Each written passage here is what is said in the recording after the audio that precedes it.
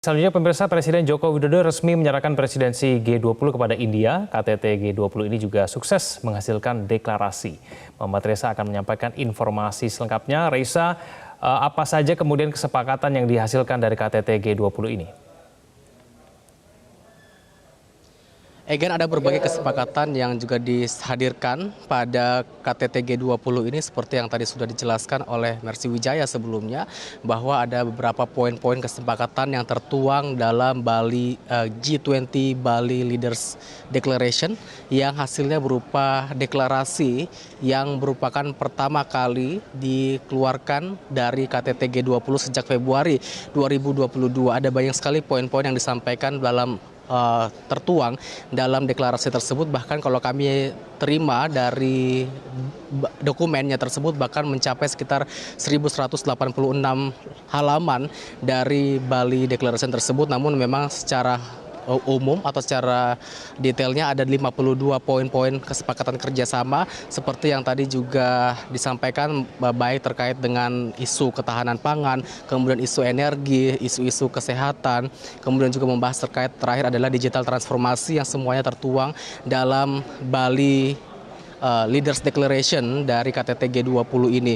Dan juga selain dari deklarasi yang kemudian mencuat dalam KTT G20 ini, juga ada yang disebut dengan program kerjasama bersama dengan para anggota anggota G20 berupa concrete deliverable. Ini adalah proyek kerjasama dari anggota G20 maupun juga dari sejumlah undangan yang hadir. Jadi memang ada beberapa kerjasama yang berupa proyek yang akhirnya disepakati terjadi antar negara. Misalnya ini juga terjadi dalam beberapa pertemuan bilateral, misalnya dengan Presiden Indonesia Joko Widodo dengan beberapa kepala negara lainnya yang hadir pada KTT G20 ini, yang juga disepakati beberapa proyek-proyek kerjasama baik di ekonomi ataupun juga di bidang energi dan juga bidang lingkungan.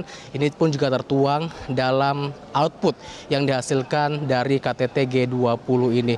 Dan tadi juga Presiden di akhir menyerahkan tongkat estafet presidensi G20 kepada India yang juga diterima dengan baik. Dan tadi Presiden Joko Widodo mengatakan akan mendukung terus kesuksesan dari presidensi India, dan juga tadi dikatakan bahwa ini menjadi bagian dari Troika. Indonesia akan menjadi bagian dari Troika atau memberikan juga masukan terkait dengan pelaksanaan presidensi G20 di tahun depan, di tahun 2023 yang akan dipegang oleh India. Jadi nanti ada Indonesia, kemudian India, dan satu negara lagi yang akan melaksanakan KTT G20 di tahun 2024 yang menjadi salah satu anggota dari Troika tersebut. Dan sesaat lagi juga, Egan, kita akan sama-sama mengikuti konferensi pers atau keterangan pers dari Presiden Joko Widodo terkait dengan penyelenggaraan KTT G20 ini. Egan. Ya, Reza, apakah sudah ada tanda-tanda Presiden Joko Widodo akan kapan menyampaikan konferensi persnya?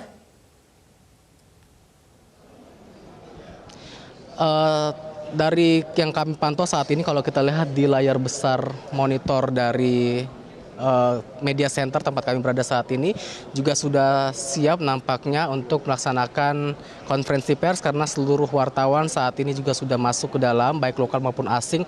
Dan kami juga melihat saat ini di media center nampak ada pengamanan juga dari Pas Pampres. Kalau kami menduga bahwa kemungkinan Presiden juga setelah menyampaikan keterangan persnya akan berkunjung ke media center ini, karena ini baru saja juga nampaknya masih ada, sudah beberapa Pas Pampres sudah datang ke media center ini.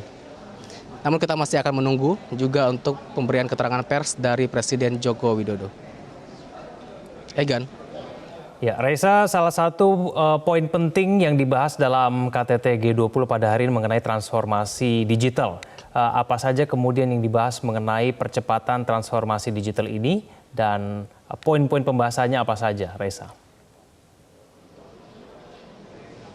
Terkait dengan working session atau sesi kerja ketiga yang dibahas pada siang hari tadi, tepatnya mengenai transformasi digital, ada beberapa poinnya, tepatnya ada 3 poin strategi yang disampaikan oleh Presiden Joko Widodo pada sambutan pembukaan tadi. Yang pertama adalah mewujudkan kesetaraan akses digital yang saat ini kalau kita lihat juga tadi dikatakan bahwa saat ini masih ada sekitar 2,9 miliar penduduk di dunia yang belum mendapatkan akses internet. Bahkan ada sekitar 360 juta penduduk yang berada di wilayah yang tidak memiliki internet nirkabel. Sehingga di sini pun Presiden Joko Widodo mengatakan ingin membangun infrastruktur digital yang menjangkau semuanya, artinya secara inklusif bisa mendapatkan kesetaraan untuk akses digital.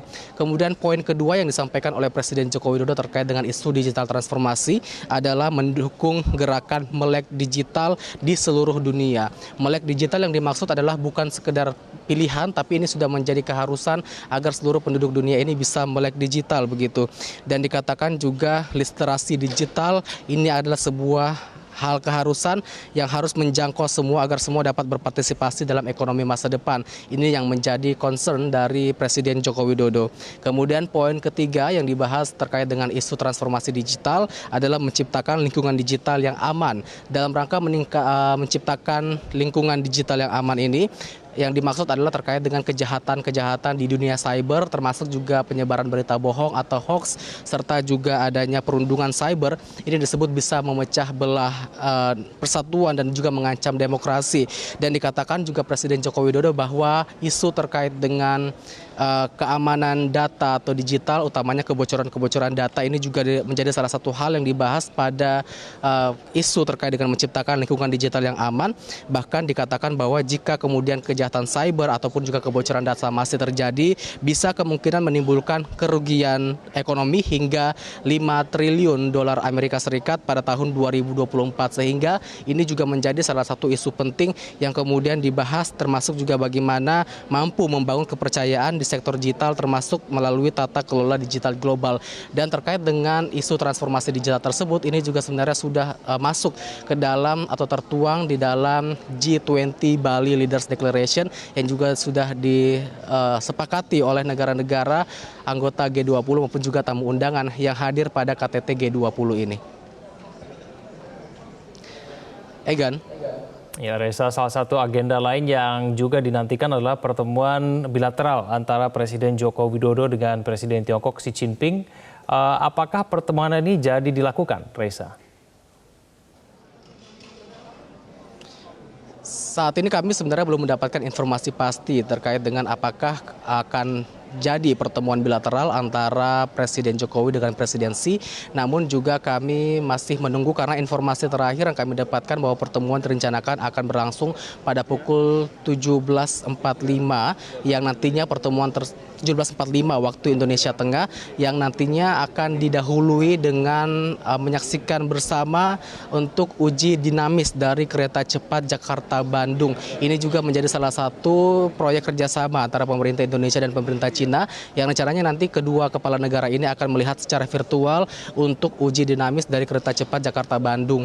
Dan nanti setelah kemudian melaksanakan atau nobar bareng ini untuk uji dinamis dari kereta cepat, maka akan dilanjutkan selanjutnya dengan pertemuan bilateral antar kedua kepala negara ini. Namun apa yang dibahas kami juga belum mendapatkan informasi yang pastinya. Namun ini juga berkaitan terkait dengan kerjasama ekonomi, termasuk juga penanganan pandemi COVID-19. Dan juga saat lagi kita juga mungkin untuk pertemuan bilateral ini akan dilaksanakan usai Presiden Joko Widodo menyampaikan keterangan pers kepada rekan-rekan media yang berada di press room di KTT G20 ini. Egan. Baik, terima kasih atas informasinya Muhammad Reza.